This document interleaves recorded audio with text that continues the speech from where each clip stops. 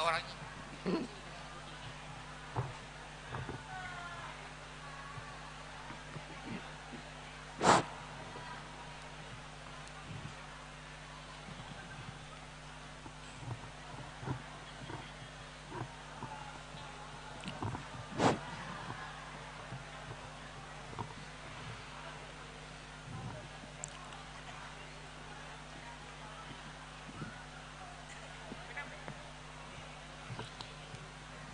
Assalamualaikum warahmatullahi wabarakatuh. Adik-adik sekalian yang saya hormati, kalau mulai tadi kita sudah mendengarkan syair-syair indah dari Jamiah Salawat Bening. Setelah ini akan kami tampilkan penampilan Musabaqah Syarhil Quran. Juara 1 Musabaqah Tilawatil Quran cabang Syarhil Quran di Jakarta tahun 2017. Dan sebentar lagi akan mewakili Provinsi Jawa Timur untuk ikut andil dalam Musabaqah Tilawatil Quran cabang Syarhil Quran di Sumatera Utara tahun 2018. Allahumma salli ala Muhammad. Mohon adik-adik untuk tidak bertepuk tangan. Mohon diperhatikan adik-adik santri untuk tidak bertepuk tangan. Kami panggil sebagai pensyarah Al-Ustaz Arif Setiawan, Iksas Rayon Sumeneb. Sebagai tilawah Al-Ustaz Muhammad Mukhlis, Rayon Iksas Bangkalan. Dan sebagai sari tilawah Al-Ustaz Muhammad Iqbal Maulana, Rayon Iksas Banyuwangi. Dimohon untuk mengambil tempat.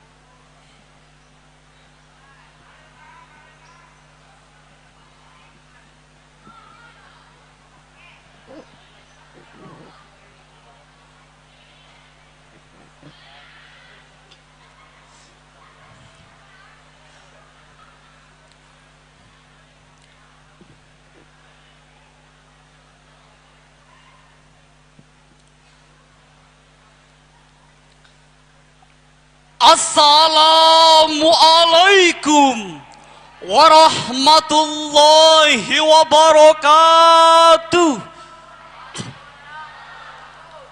Bismillahirrahmanirrahim. Qala Allahu ta'ala fi kitabihil karim, yarfa'illahu alladhina amanu minkum walladzina utul ilma darajat.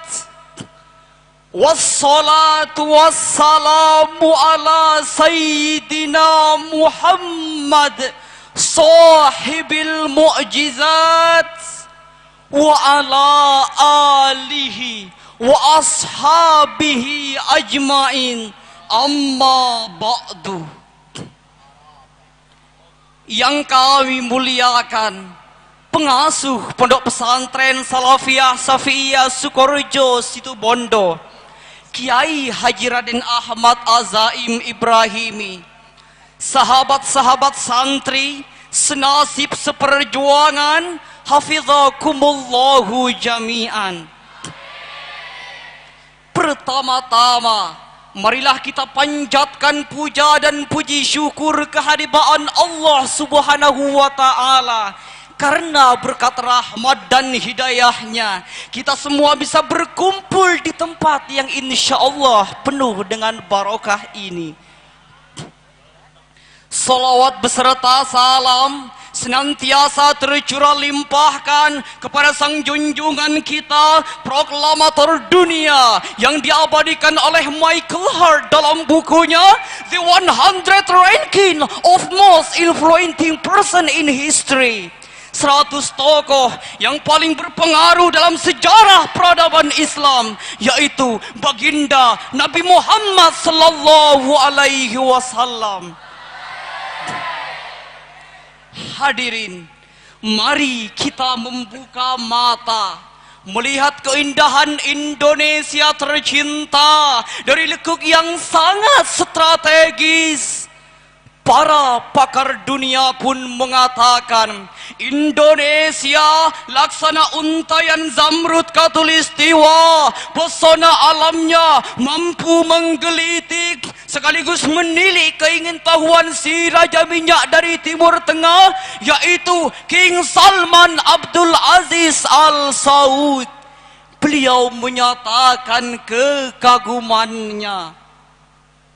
Sehingga hadirin, pada sebuah kesempatan, seorang ulama kita, Kiai Haji Hasyim Asy'ari, mengatakan Islam dan nasionalisme adalah dua kutub yang tidak berseberangan, satu sama lain saling menguatkan.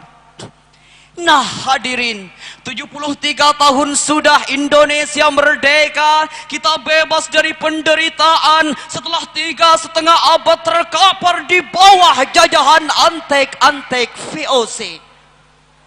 Perlu kita ingat bahwa kemerdekaan yang direbut dari tangan penjajah bukanlah semata-mata hadiah dari Jepang, bukan pula cenderamata dari Belanda, tetapi hakul yakin dari perjuangan dan pengorbanan dari para pahlawan dan ulama kita. Luar biasa.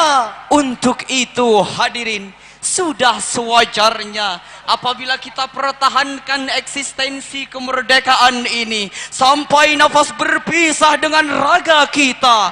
Setuju hadirin?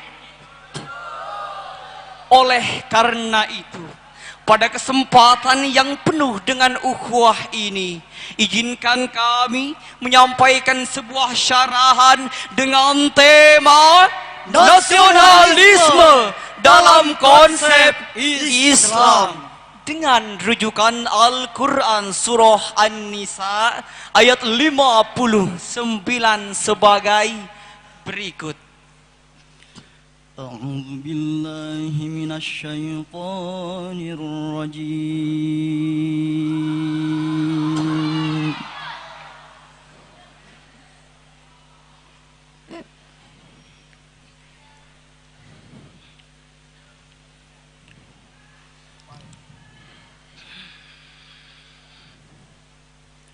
Bismillahirrahmanirrahim.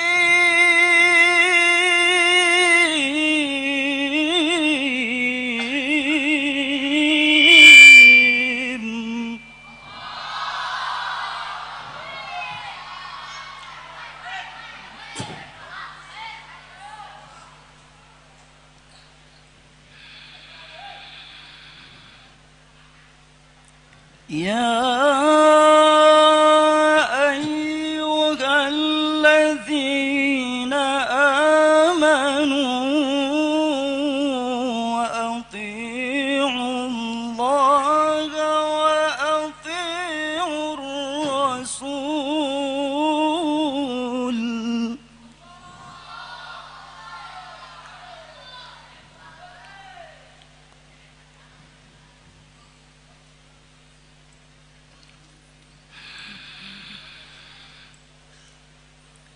أطيعوا الله وأطيعوا الرسول وأولي الأمر منكم.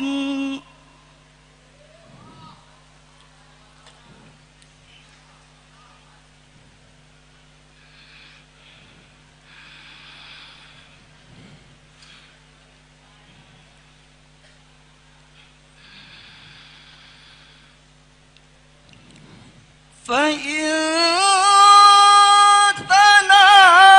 تنازعتم في شيء فردوه إلى الله.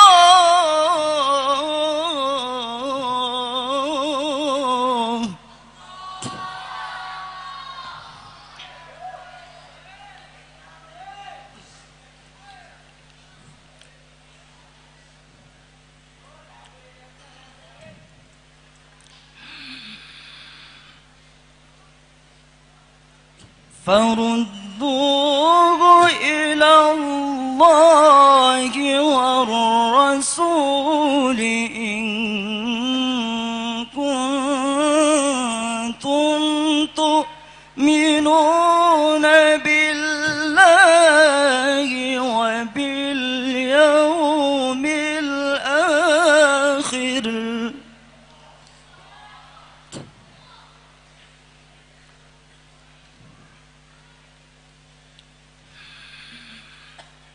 ذلك خير وأحسن تأويلا. Aku berlindung kepada Allah dari godaan setan yang terkutuk dengan menyebut asma Allah yang maha pengasih, pelimpah kasih, maha penyayang, tercurah sayang. Wahai orang-orang yang beriman, taatilah Allah dan Rasul dan ulil amri pemegang kekuasaan di antara kamu. Kemudian, jika kamu berbeda pendapat tentang sesuatu, maka kembalikanlah kepada Al-Quran dan Sunnah. Jika kamu beriman kepada Allah dan hari kemudian, yang demikian itu lebih utama bagimu dan lebih baik akibatnya.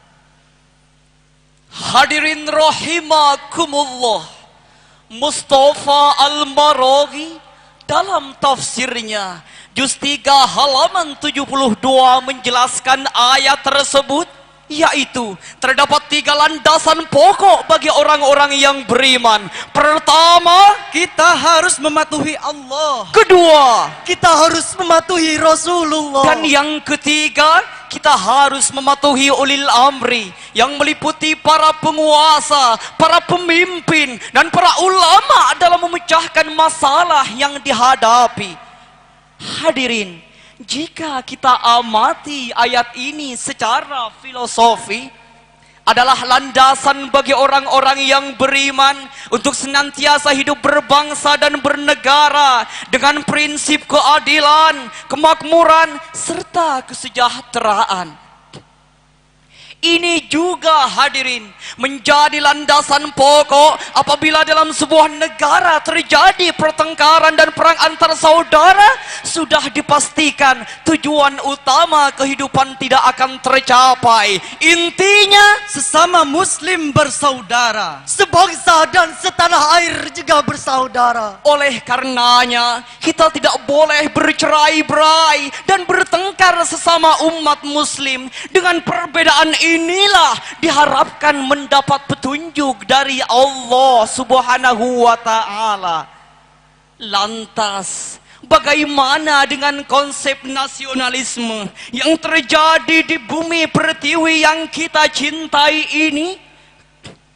Alhamdulillah, kita bersyukur karena masih banyak para pejuang kita yang menanamkan cinta tanah air dengan semangat perjuangan dakwah.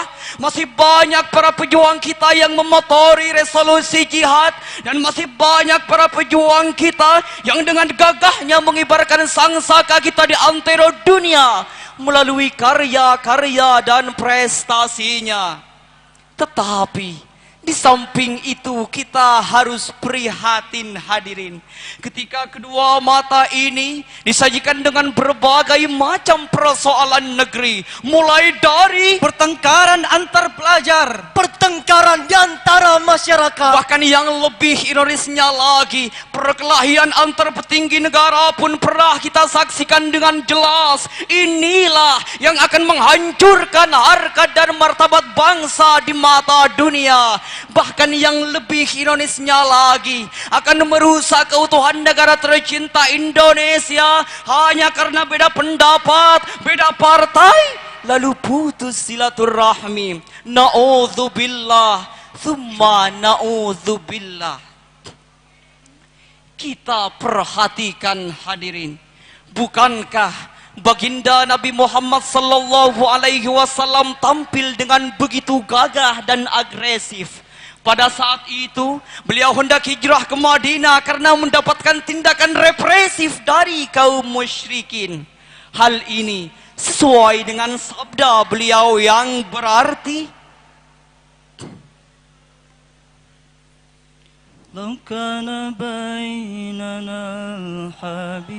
betapa indahnya engkau wahai Makkah, betapa cintanya aku padamu. Jika bukan karena aku diusir oleh kaumku sendiri darimu, aku tidak akan pernah meninggalkanmu selamanya dan menempati negara selainmu.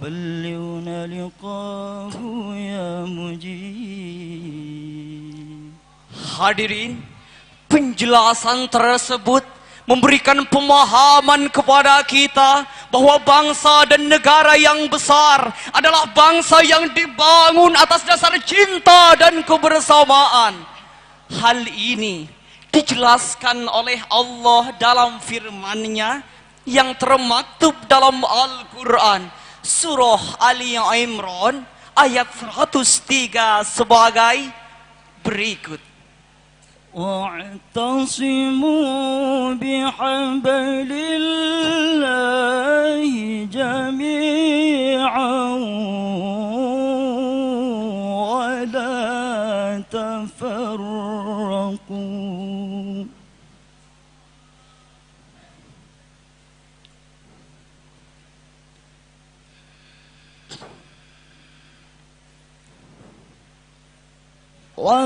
واذكروا نعمة الله عليكم إذ كنتم أعداء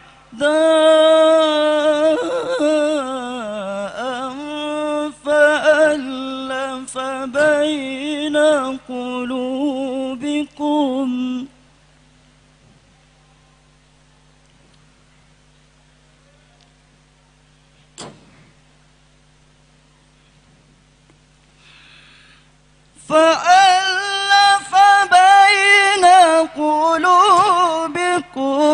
فأصبحتم بنعمته إخوانا.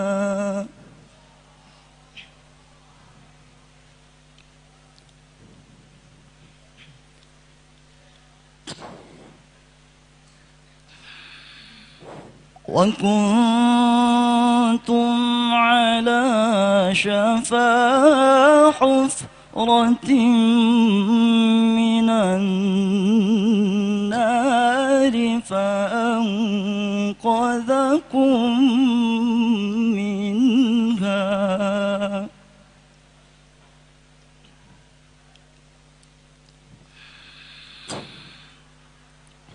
كذلك يبين الله لكم آياته لعلكم تهتدون.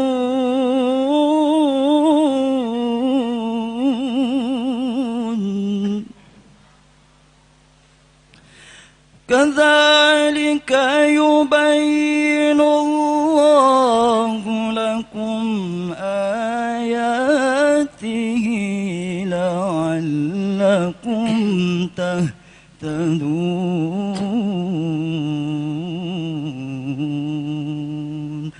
صدق الله العظيم.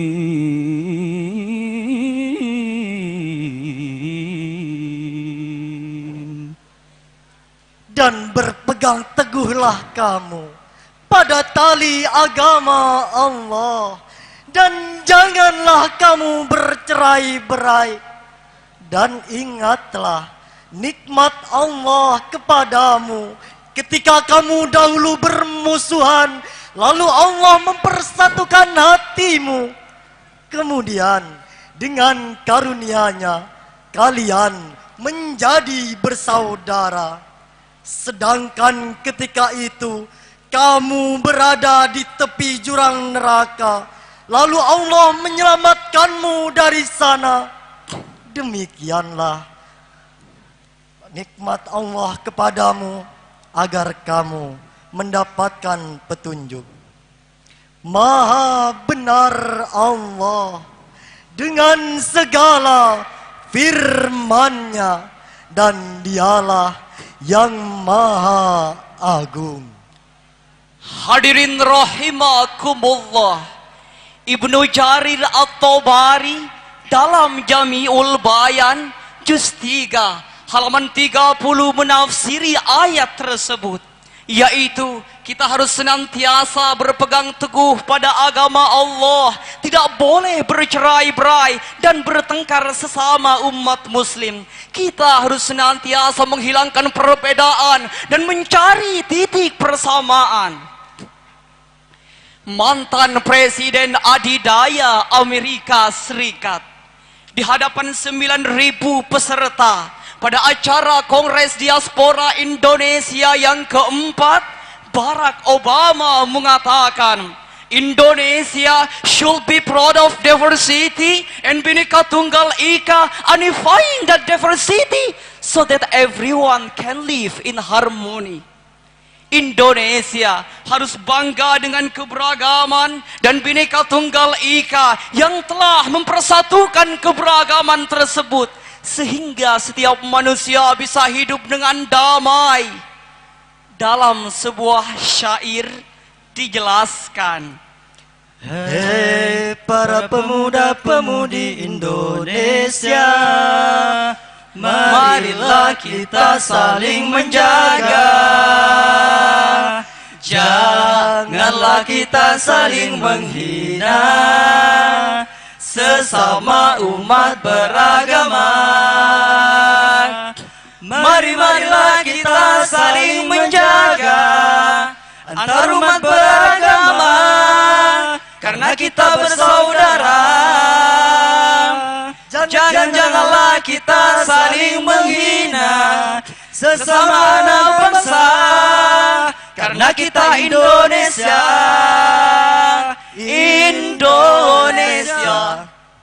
Hadirin, dari penjelasan tadi ada beberapa langkah yang harus kita aktualisasikan untuk menanamkan jiwa-jiwa nasionalisme. Pertama, kita harus menyadari dan menanamkan dalam hati kecintaan terhadap bangsa dan negara kita. Kedua, kita harus memupuk sumber daya alam yang kita miliki dengan cara pendidikan yang mumpuni. Yang ketiga, kita harus senantiasa menjaga, merawat, dan mencintai keberagaman yang dimiliki Indonesia, seperti keberagaman suku, agama, bangsa, dan budaya. Oleh karena itu, hadirin, menjaga budaya Indonesia secara tidak langsung juga ikut menjaga kesatuan dan persatuan Republik Indonesia. Idza wajadtum minni al-khata'at wal ghadawat. Perhaps that is that I can deliver my speech to you all. Forgive us for all the mistakes. Demikianlah yang dapat kami sampaikan. Kurang dan lebihnya mohon dimaafkan. kajiput kulana merah Salah salapot lopot nyon sapora. Wallahul muwaffiq ila aqwamit thoriq. Tsumma assalamu alaikum warahmatullahi ta'ala wabarakatuh.